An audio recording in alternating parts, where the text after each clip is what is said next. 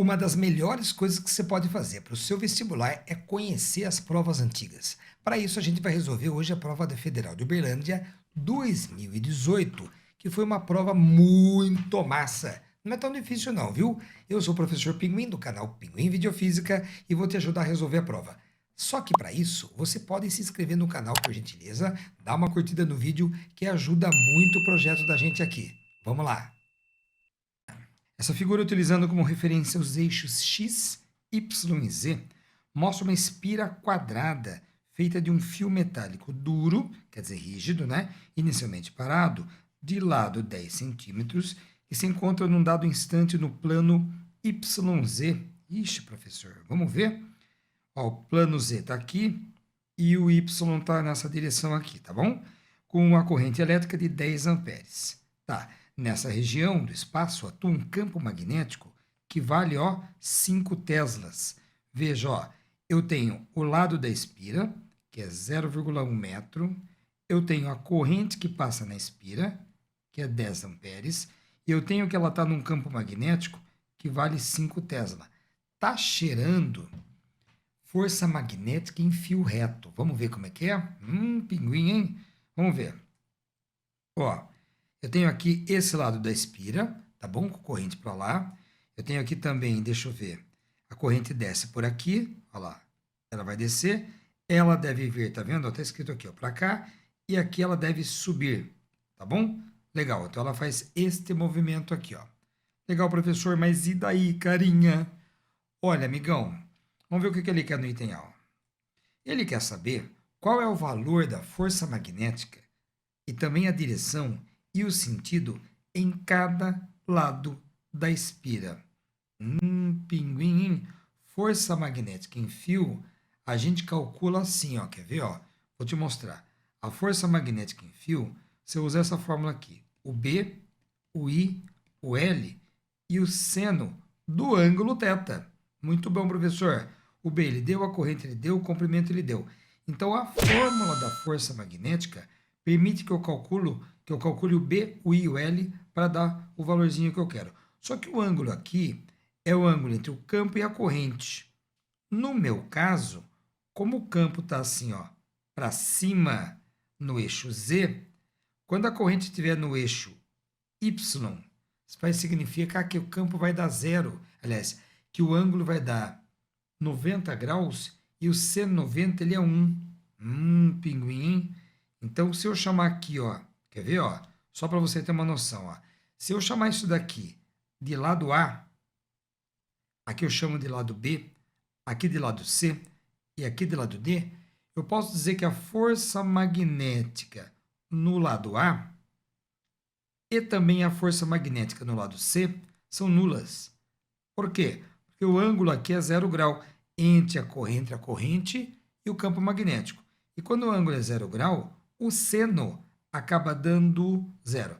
Então, tanto no lado A quanto no lado C, as forças valem zero. Aqui é porque o seno de 0 grau, ele vale zero, tá bom? Beleza? E é por causa da fórmula lá, tá vendo a formulinha? E aqui, ó, é porque o seno de 180 graus, é isso? Também vale zero, tá bom? Então, o que eu fiz? Eu calculei qual é a força magnética, tanto no lado A, na minha espira aqui, quanto no lado C. Agora eu preciso calcular a força magnética no lado B. Eu vou pegar a fórmula. O campo B vale 5, a corrente vale 10, o comprimento vale 0,1 e o seno daqui, ó, a corrente está para cá, o campo está subindo, o ângulo é 90 graus, é seno 90, seno 91, tá bom? Então, a força magnética no lado B, ele vale 5. 5 o que, pinguim? 5 newtons.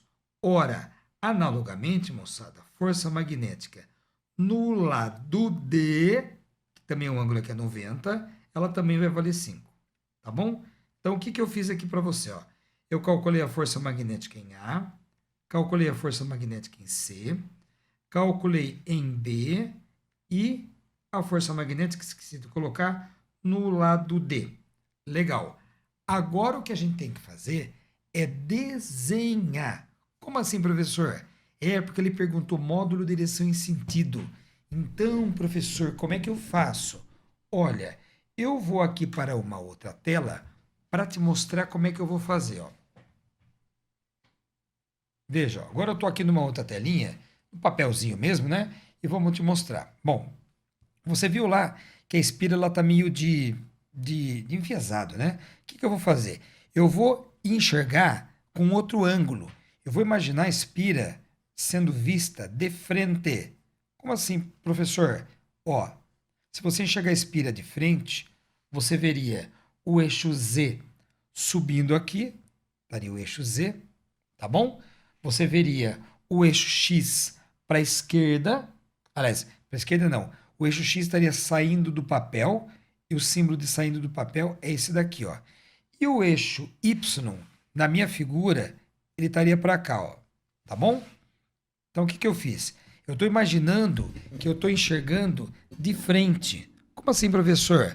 Eu estou imaginando que eu estou enxergando por aqui, ó, tá? Como se uma pessoa tivesse aqui assim, ó, olhando, deixa eu ver, ó, o sistema daqui.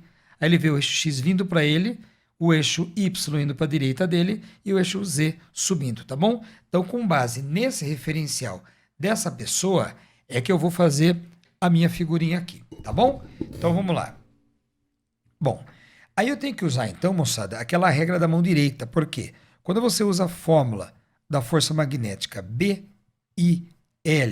seno do ângulo θ, você pode usar a regra da mão esquerda, aqui é a força, aqui é o campo e aqui é a corrente, ou você usa a regra da mão direita, aqui seria o campo, aqui é a corrente e a força no sentido do tapa, como se a força fosse minha caneta aqui, minha lapiseira batendo, entendeu? Então, tanto faz, gente, a regra que você vai usar. Mão esquerda, F, B, I, ou mão direita, o B, o I e o F no sentido do tapa. Usa a regra que você quiser. Bom, então vamos fazer no lado de cima, porque eu tenho que calcular no lado de cima e desenhar no lado de baixo, né? Só em cima e embaixo. O lado de cima eu chamei de B e o de baixo eu chamei de D, tá bom? Na minha continha lá. Ah, professor, então vamos lá. Olha, eu sei que o campo magnético, deixa eu olhar a figura aqui, ele está para cima, lá na figura original dele, tá bom? Eu sei que a corrente no lado de cima lá, se você olhar a figura dele lá, ó, deixa eu voltar na figura aqui, ó. Eu sei que a corrente elétrica, ela tá para o lado esquerdo desse observador. Tá vendo o I aqui, ó? Então ela vem para cá. Depois ela desce e no lado D ela vai para a direita de quem olha, que é o meu referencial, tá bom? Legal, professor. Então vamos lá. Voltando aqui pro caderninho, ó.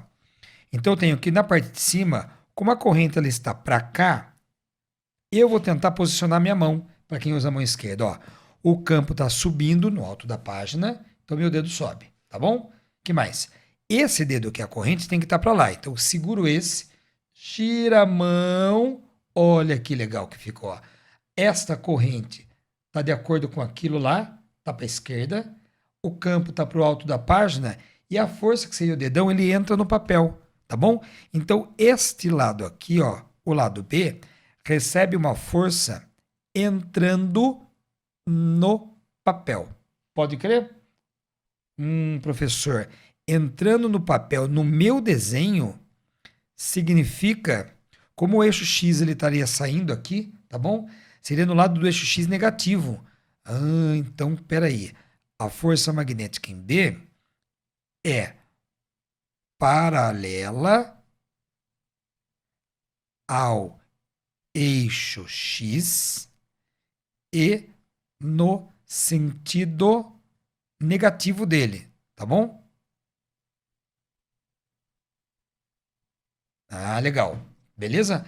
Então eu escrevi a força magnética no lado B, que é o lado lá em cima. Agora, no lado D, que é o lado aqui embaixo, a corrente, como ela dá a volta e ela vem aqui para a direita, ó, tá vendo? Ô, professor, loucura, hein? Ô, Pinguim, mas eu poderia usar, professor, a mão direita? Eu poderia, tá bom? Mas eu não vou usar, não. Deixa eu voltar para cá. Eu vou usar a mão esquerda, tá bom? Olha, então a corrente ela tá para cá, assim. O campo está subindo no alto da página, a corrente aqui e a força, como é que ficaria? Ó? Tá certinho, ó. Campo para o alto da página, corrente para a sua direita, então a força sai do papel. Se a força sai do papel desse lado aqui, eu vou desenhar aqui assim, ó. A força aqui, opa, errei. Quando você erra, você pega a borracha, né? Então, vamos lá de novo. A força está saindo do papel, é a força no lado D, gente, tá bom? Legal, pinguim. Força no lado D, saindo do papel. Então, se é saindo do papel, ela está a favor do eixo X. Porque lembra do observador lá? O eixo X ele saía do papel, tá? Então, a força magnética em D também é paralela ao eixo X, tá bom? Só que ela vai no sentido positivo desse eixo. Tá bom? Beleza? Legal, professor. Então resolvemos o que então? Resolvemos o item A, né? Agora, as forças nesses lados aqui, elas são nulas, porque lembra que a corrente, quando a corrente é paralela ao campo, o ângulo é zero e sendo de zero, tá vendo aqui, ó? Ele vale zero. Então você só tinha que desenhar nesse aqui e nesse aqui. Só no lado B e no lado D. Beleza? Vamos voltar para outra tela lá para a gente terminar o resto. Muito bom. Então, tá feito ali, o desenho tá lá, a resposta está lá na outra tela, você volta aí se você quiser depois. E eu vou fazer aqui o item B. Vamos ver qual foi a pergunta dele, moçadinha, do seu item B. Ó. Deixa eu diminuir um pouquinho aqui para caber na tela, né, professor? Considerando que apenas as forças magnéticas atuam, qual a força resultante na espira?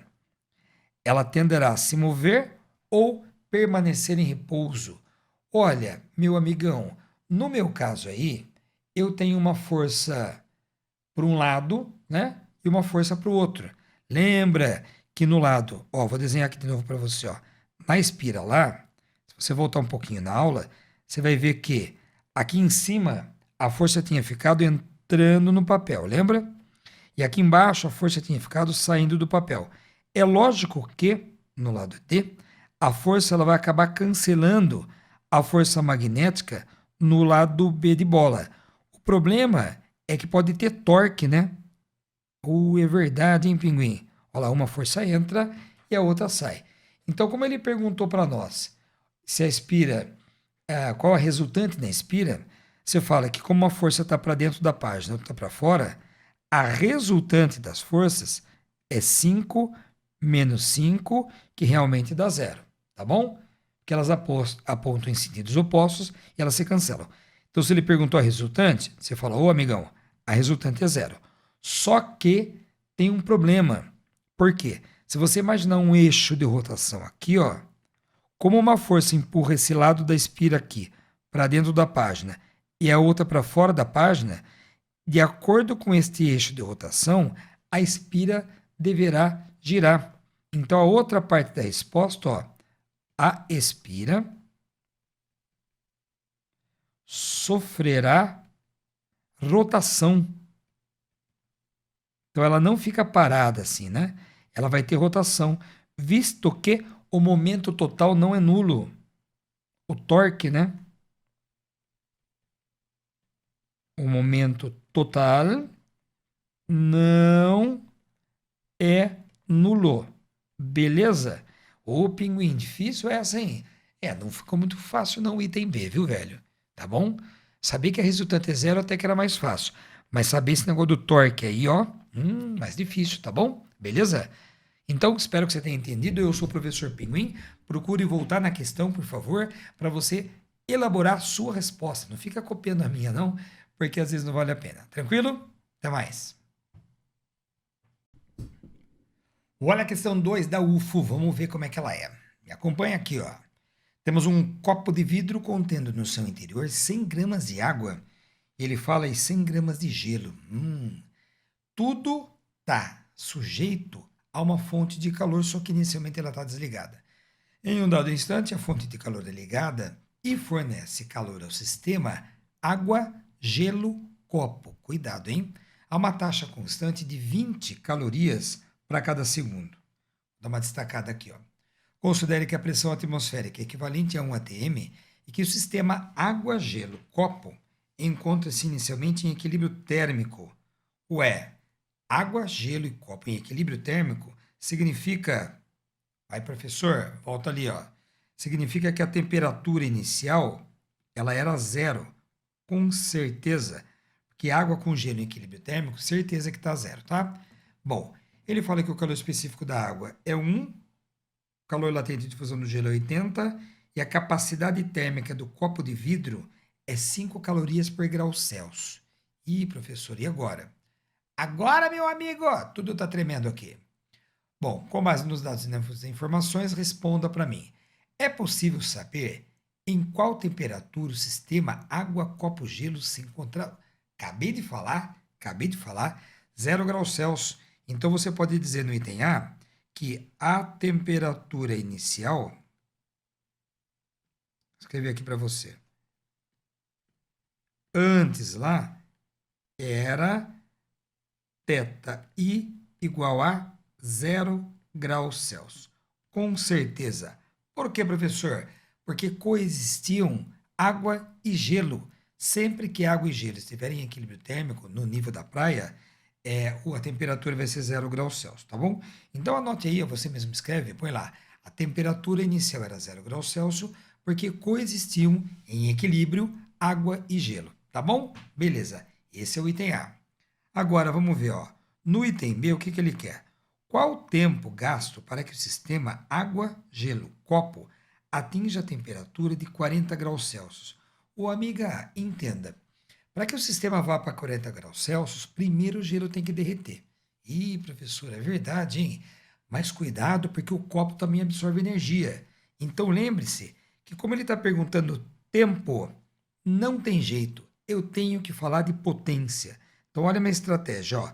A potência que vai aquecer ou fundir, dá energia para o sistema, né? Ela é calor pelo tempo. Só que você toma cuidado, porque esse calor é o calor total. Como assim o calor total?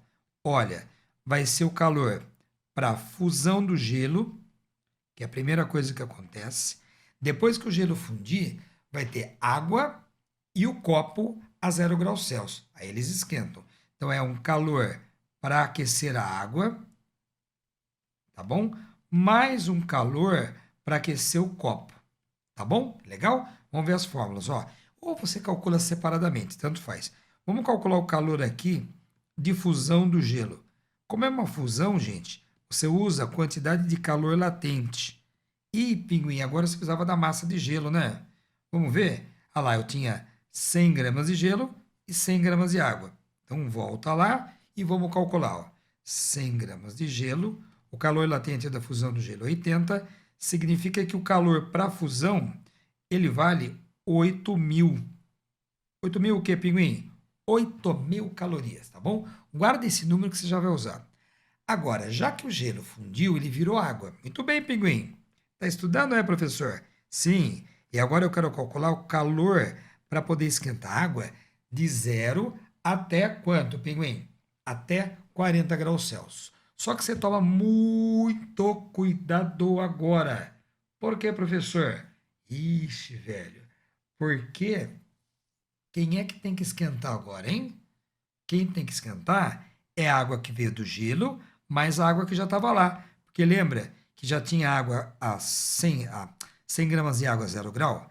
E aí, o gelo, quando ele derreter, ele vai me proporcionar, na verdade, 200 gramas de água. Pinguim, hein? Não está aparecendo, professor? Agora sim. 200 gramas de água. Então, pinguim, o que eu tenho que fazer? Eu vou aqui e eu vou calcular o que macete agora, só que eu vou calcular para todo mundo, ó. M total de água, Czinho da água, delta θ. Então, o calor total que a água vai precisar para esquentar, eu vou até escrever assim, gente, ó.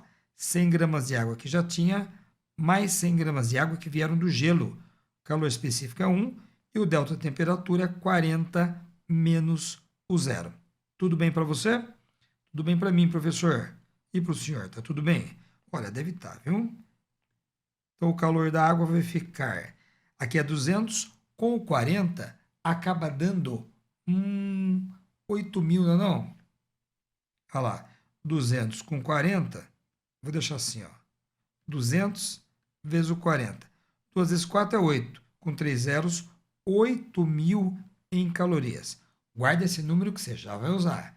Pinguim, o que mais, pinguim? Bom, agora eu preciso de um calor, gente, para esquentar o copo, porque o copo também vai absorver calor. Só que eu não vou usar para o copo MC delta teta. Por quê, professor? Porque ele não me deu nem a massa do copo e nem o calor específico sensível do copo. Ah, professor, é verdade. O que ele deu então? Ele já me deu o Czão, que é a capacidade térmica do copo. Professor, beleza, hein? E agora, pinguim? Bom, agora eu faço a conta assim, ó. Pego a capacidade térmica e multiplico pelo delta de temperatura. Então, bora lá fazer a conta para o copo, ó. Calor que o copo vai absorver vai ser 5, não é 5? É 5 vezes a variação de temperatura do copo, que é a mesma que a água vai sofrer, 40 menos zero. Isso aqui dá miseráveis 200 calorias. Pinguim, entendi. E agora, professor? Agora você vai somar tudo, ó. Você vai somar o 8.000, tá bom? Que é o calor para fusão. Esse 8.000 aqui, que é para, digamos, esquentar a água toda do sistema, com esse 200. Então, eu posso falar para você que o calor total é 8 mais 8 mais 200, que está dando hoje aí 16.200 em calorias. Pinguim, que loucura! E agora, professor? Cara, agora, lembre que a pergunta era o tempo. Agora você vai usar essa fórmula aqui, ó. Só que eu vou escrever ela aqui de novo, ó. Só para ficar mais bonitinho, ó. Potência é o calor pelo tempo. Quanto era a potência do aquecimento lá? Cadê? Estava em algum lugar no texto. Preciso buscar esse valor lá no texto, ó. Cadê? Estava aqui, ó. 200 calorias, aliás, 20 calorias por segundo. Então, você volta aqui e usa, que eram 20 calorias por segundo, foram consumidas 16.200 calorias, e aí você calcula o tempo que demorou o processo. Percebeu? Pinguim, loucura, hein? Estou fazendo essa continha aqui, que é bem fácil. Isso aqui vai dar 810 em segundo. Entenda, não é uma questão que você fala assim, nossa, faria tipo super fácil.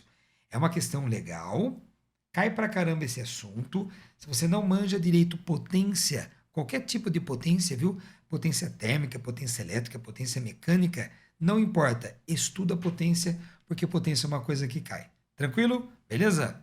Aquele abraço. Não se esqueça de dar um joinha no vídeo, se inscrever, por favor, que é bom também, né?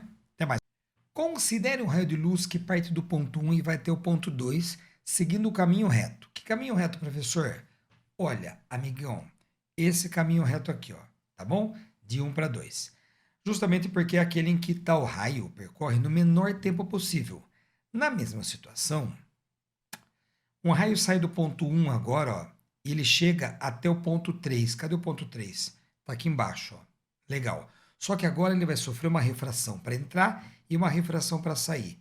Lei de Snell, lembra? Não lembro não, pinguim. O que é a lei de Snell aí? É assim, ó. O índice de refração da onde a luz vem vezes o seno do ângulo que ela chega é o índice de refração do meio para onde a luz vai, multiplicado pelo seno do ângulo de refração, tá bom? Isso a gente chama de lei de Snell. Legal. Então vamos ver o que acontece agora no item A. Ele quer que você explique por que um raio de luz não segue a trajetória tracejada, ou seja, na reta. Tá vendo ali? Ih, pinguim. E ele desvia, ele quer saber por que ele desvia. Olha, amiga, ele desvia porque ele teve uma incidência oblíqua. Quando tem uma incidência oblíqua, o ângulo de incidência ele é diferente de zero. Não é que nem esse caso. Nesse caso aqui, o ângulo de incidência foi zero. Quando o ângulo de incidência ele é zero, a luz ela passa batido, ela passa reto. Ela muda de velocidade, só que não há desvio. Nessa incidência aqui embaixo, o ângulo com que a luz incidiu, em relação ao normal, né, não é 0 grau. Como ele não é 0 grau, houve uma incidência oblíqua, haverá mudança de velocidade da luz, mas também vai ter mudança na direção, entendeu? Como o índice de refração vai mudar, o seno também vai mudar, tá bom?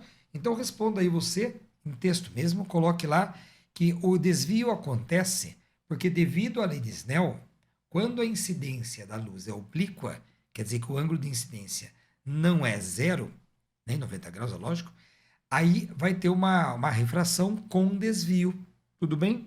Então você tem que citar que foi a lei de Snell, tá? Vou colocar aqui para você, ó. Aí você constrói o seu próprio texto aí, tá? Tem que ter no seu texto, gente, o nome da lei de Snell, tem que falar que o ângulo de incidência não foi zero, foi uma incidência oblíqua. Tranquilo? Esse foi o item A. Agora vamos embora lá para o seu item B, ó. O que, que ele quer no item B? Sabendo que o índice de refração do vidro é 1,5, qual é a velocidade da luz?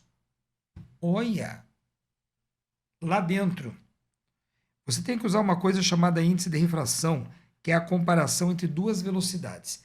A velocidade da luz no vácuo e a do meio. O índice de refração é 1,5. A luz no vácuo ele não me deu. Então ele quer saber a velocidade da luz lá naquele meio. Eu teria que responder que é C dividido por 1,5. Onde C, sabe o que, que é? É uma coisa que ele não deu, deveria ter dado.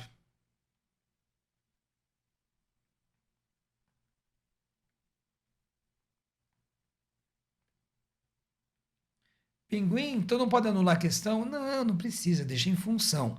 Mas é um deslize, né? Deveria ter falado quanto que é a velocidade da luz no vácuo.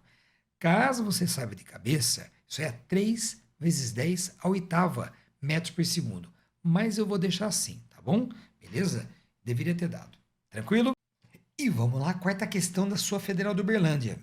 Assuma que as dimensões das engrenagens e do pneu da bicicleta sejam indicadas abaixo. Veja, vamos ver o que nós temos aqui, ó. Eu tenho aqui o ponto X e o ponto Y, tá bom. Considerando que os pontos X e Y indicados na figura, qual deles terá menor velocidade linear?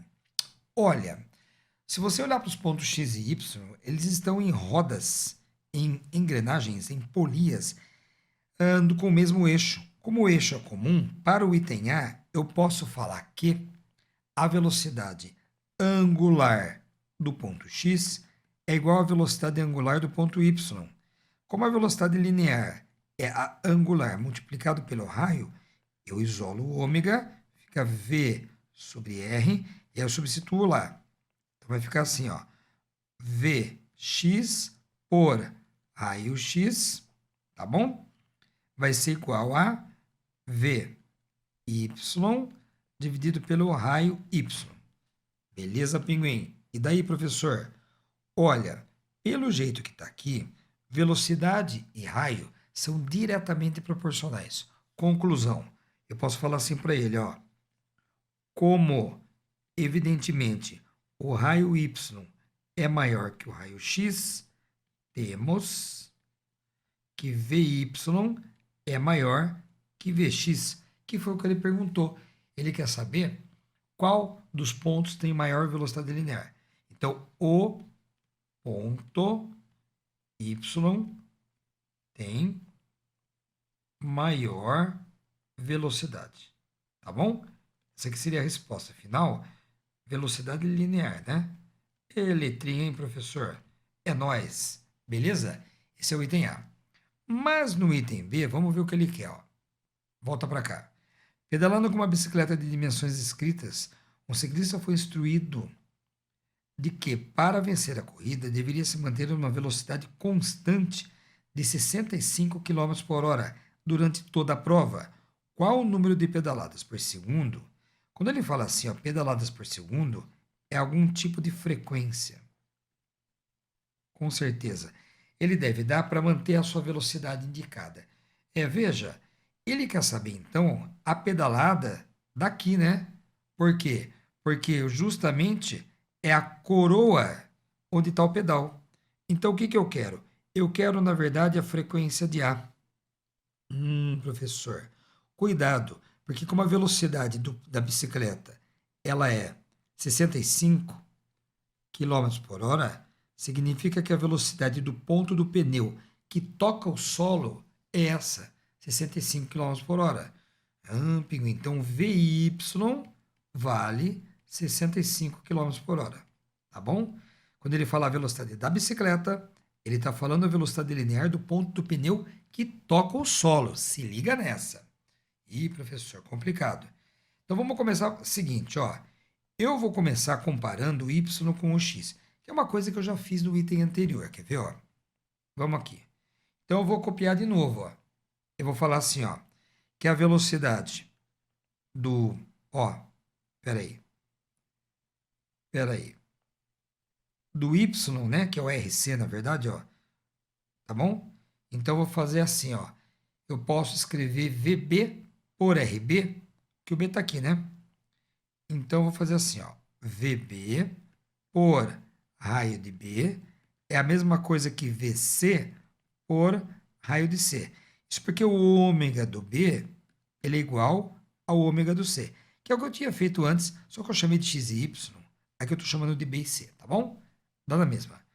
Portanto, o VB eu vou achar pelo raio de B, que o raio de B é 6, igual ao VC, que é o 65, tá bom?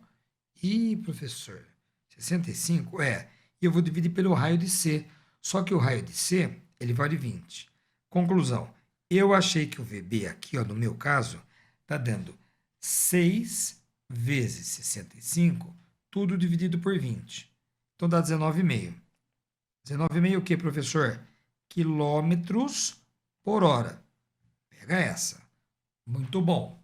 E agora, pinguim? Bom, agora eu posso pensar assim, ó. Eu calculei a velocidade do B. Só que como aqui está ligado numa correia assim, a velocidade de B linear é a mesma velocidade do A. Pinguim, já entendi o que você vai fazer, professor? Você vai falar para mim, na maior cara de pau, que como o VA é igual ao VB e o... e o VA eu posso usar como 2π raio de A, frequência de A. Lembre-se que o que eu queria era a frequência do A, né? Então, eu vou pegar o 19,5, vou dividir por 3,6 para ele virar metro por segundo, tá? É igual a 2 vezes o π. Pinguim, ele deu π? Olha, rapaz, não deu π, mas eu vou usar 3,14, tá bom? O raio de A, cadê o raio de A, professor? Cara, o raio de A, eu tenho que pegar lá no texto. Ele vale 0,18 metro, que dá 18 centímetros, ou 0,18 metros. Muito bem. Se você fizer essa conta aqui, você vai acabar achando que a frequência do A dá aproximadamente 4,8 na unidade de Hertz. Então, entenda, cidadão, uma questão manjada, tá bom? Todo o material didático de cursinho praticamente tem essa questão. Então, não é para você ficar complicado. Belezinha? Tranquilo? Até mais aí.